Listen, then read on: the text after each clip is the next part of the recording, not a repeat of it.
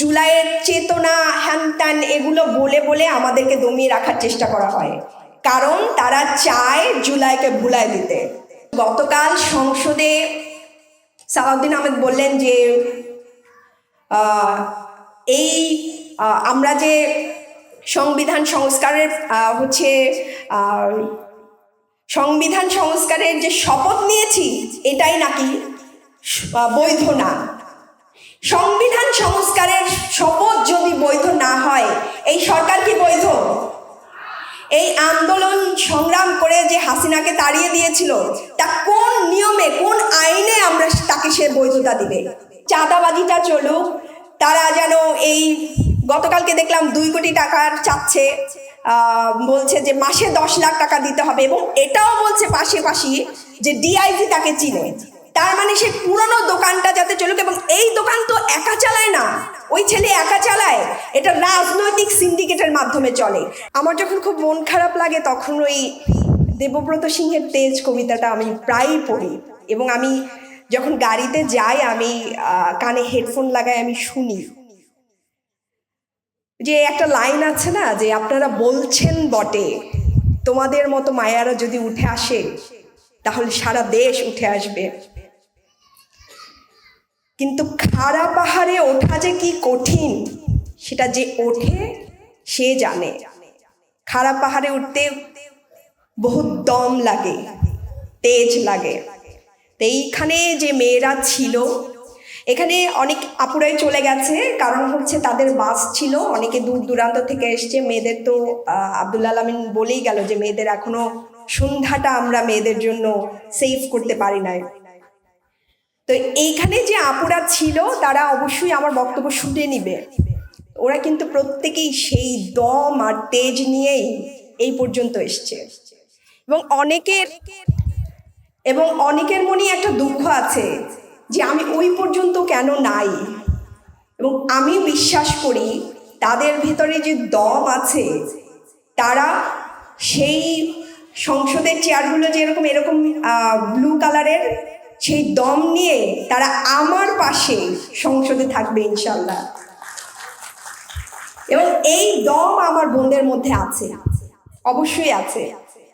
এই যে একটা মেয়ে দেখলেন না, এই সর্দারনি, মান্তা সম্প্রদায়ের সর্দারনি, কি দম দেখেছেন, কি তেজ তার কথা বলার। সে ঠিক মতো উঠে আসছিল না। আমি ভাবছিলাম যে মেয়েটাকে আপা কি যেন বলছিলেন, কিন্তু সে উঠে যখন বক্তব্য দিচ্ছিল সে তার সব কথা গড়গড় গড়গড় করে বলে যাচ্ছিল। কেন বলতে পারছিল জানেন? এখানে সে আরো 10টা 5টা মেয়েদের দেখেছে, আরো হাজার হাজার মেয়েদের দেখেছে, এবং দেখে তার মধ্যে ওই তেজটা জ্বলে উঠেছে। এখন আমাদের অনেক দায়িত্ব। আমরা জুলাইয়ের পরে রাজনৈতিক দল খুলেছি, অনেক মেয়েরাই এখানে আসতে ভয় পাচ্ছে, অনেকেই রাজনৈতিক ট্যাগটা গায়ে লাগাতে চাচ্ছে না। সে আগের দিনের মতো অনেকেই রাজনীতিটাকে আবার দূরে ঠেলে দিতে চাচ্ছে, কিন্তু বলার সময় সবাই বলছে যে আমরা কেন মেয়েদেরকে নিয়ে আসছি না। কিন্তু যখন আমি বলি যে আসো আমার সাথে, আসো আমার পাশে দাঁড়াও, সেই সময় কিন্তু অনেকে ভয় পায়, অনেকে আসতে চায় না। এখন এইটা শুধুমাত্র সেই মেয়েটার কিন্তু দায় না। যেই মেয়েটা তেজ নিয়ে দম নিয়ে জুলাইয়ে দাঁড়িয়েছিল, যেই আকাঙ্ক্ষা নিয়ে দাঁড়িয়েছিল যে সে রাজনীতিতে আসবে, তার জন্য একটা পথ তৈরি হবে, সেই পথটা আমি তৈরি করতে পারি নাই, আমরা কেউ তৈরি করতে পারি নাই। কিন্তু আপনাদের কাছে অনুরোধ থাকবে, আমার সাথে, আমাদের সাথে, নারী শক্তির সাথে, কিংবা অন্য যে কোনো সংগঠনের সাথে আপনারা আসেন, নারীদের জন্য পথ তৈরি করেন। এইখানে দাঁড়িয়ে যদি আপনি বলেন যে কেউ আমাকে ডাকে নাই, কেউ ডাকতে চাইবেন, আপনি দূরে থাকলে সবাই খুশি হবে, অনেকেই খুশি হবে। তো সেই ডাকার জায়গাটা, সেই জায়গাটা আপনাকেই করতে হবে, আপনার নিজের আসতে হবে যে আমি আমার হিসাব বুঝে নিতে চাই। এবং অনেকে অভিমান করে, মেয়েদের মধ্যে অভিমানটা তো একটু বেশি, তার যেতে চায় না। তো এই জায়গাটাকে আপনাদের বুঝে নিতে হবে। শহীদ, আমি যখন সংসদ সদস্য প্রথমেই আমি শহীদ নাইমার বাসায় গিয়েছিলাম, তার মায়ের কান্না দেখেছি। আজকে তার ডায়েরিটা ওর মা আমাকে দেখাতে চেয়েছিল, কিন্তু সেই ডায়েরিটা জুলাই স্মৃতি জাদুঘরে, কিন্তু সেই জাদুঘর এখন পর্যন্ত খোলা হয় নাই। এর চেয়ে দুঃখজনক কি হতে পারে? জুলাই ফাউন্ডেশন বন্ধ হয়ে যাচ্ছে, বেতন দিতে পারছে না। আমাদেরকে কথায় কথায় জুলাইয়ের চেতনা হ্যান ত্যান এগুলো বলে বলে আমাদেরকে দমিয়ে রাখার চেষ্টা করা হয়, কারণ তারা চায় জুলাইকে ভুলায় দিতে। জুলাইকে ভুলায় দিলে কি হবে? নতুন রাজনীতি আর হবে না।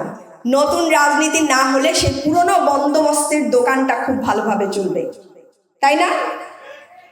তাহলে আপনারা এই যে মান অভিমান, আমাকে কেন ডাকে নাই, আমি ছিলাম, আমাকে কেন, অনেক বোনেরা ছিল যেই মা মোনাজাতে, শুধু সে কখনো কোথাও নামে নাই, সে কোনো স্ট্যাটাস দেয় না, কিন্তু মোনাজাতে বলছে আল্লাহ ওই স্বৈরাচারের পতন ঘটাও, তার ভূমিকাটাও ছিল। তারা তো হয়তো বলে না যে আমি অমুক জায়গায় গিয়ে বক্তব্য দিতে চাই, কিন্তু সে কিন্তু আপনার কাছে ঠিকই চায় যে আমরা তাকে একটা ভালো রাষ্ট্র উপহার দিব। ওই আপা একটু আগে বলছিলেন, আপা অনেক প্রতিবন্ধকতা, কি করব। অনেকে হয়তো ভাবে যে মিতু আপু মনে হয় এমপি হয়ে গেছে, কত আরামের জীবন। আমি দিন শেষে আমি ভাবি যে হে আল্লাহ, আমি এই পরিবেশের মধ্যে আছি, কত মানুষের দায়, কত মানুষের চিন্তা আমার উপরে। মিতু আপু মনে হয় অনেক কিছু পরিবর্তন করবে, কিন্তু একা মিতু আপু কত দূর হাঁটবে? এই জায়গায় আপনাদের আসতে হবে এবং এই জায়গার দায়িত্ব আপনাদের নিতে হবে, এবং তার জন্য কেউ মনে করবেন না যে কেউ আপনাকে এসে এই জায়গাটা দিবে। আপনার নিজেকে তৈরি করে নিতে হবে, পরিশ্রম করতে হবে। নাইমার ওই আঙ্কেল আছে, নাইমা মেহেরুন্নেসার বাবা আছেন, আঙ্কেল সংবিধানের কথা বলে গেলেন, রাষ্ট্র সংস্কারের কথা বলে গেলেন, অথচ গতকাল সংসদে সালাউদ্দিন আহমেদ বললেন যে আমরা যে সংবিধান সংস্কারের সংবিধান সংস্কারের যে শপথ নিয়েছি এটাই নাকি বৈধ না। সংবিধান সংস্কারের শপথ যদি বৈধ না হয়, এই সরকার কি বৈধ? এই আন্দোলন সংগ্রাম করে যে হাসিনাকে তাড়িয়ে দিয়েছিল, তা কোন নিয়মে, কোন আইনে আমরা তাকে সে বৈধতা দিবে?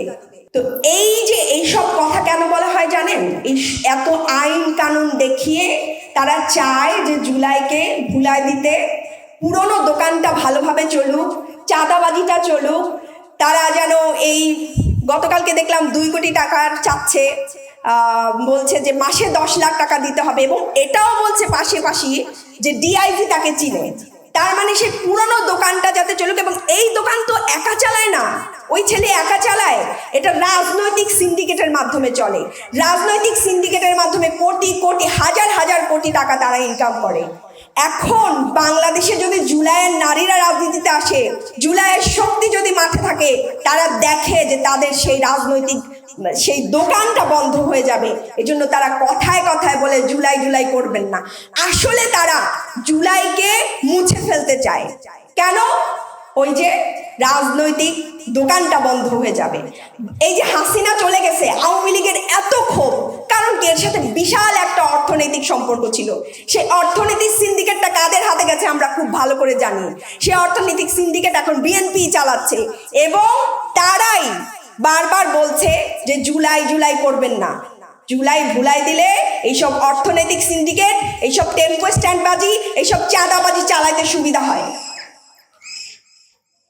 আজকে এই যে এনসিপি জুলাই পদযাত্রা করছে, নারীদের সমাবেশ করছে, সব কিছুর দায় এনসিপিকে নিতে হয়। সবাই এসে জিজ্ঞেস করে যে আপনি কেন আমাকে ডাকলেন না? নাহিদ ভাইকে সবাই জিজ্ঞেস করে, অন্য কোনো দলকে তো জিজ্ঞেস করে না। তাহলে জুলাইয়ের, যদি আপনারা জুলাই জুলাই করবেন না বলেন, তাহলে এই জুলাইয়ের দায়, সব দায় কেন নাহিদ ভাইকে নিতে হয়? আপনারা তো কেউ নিতে আসেন না। অনেক কথা বলার ছিল,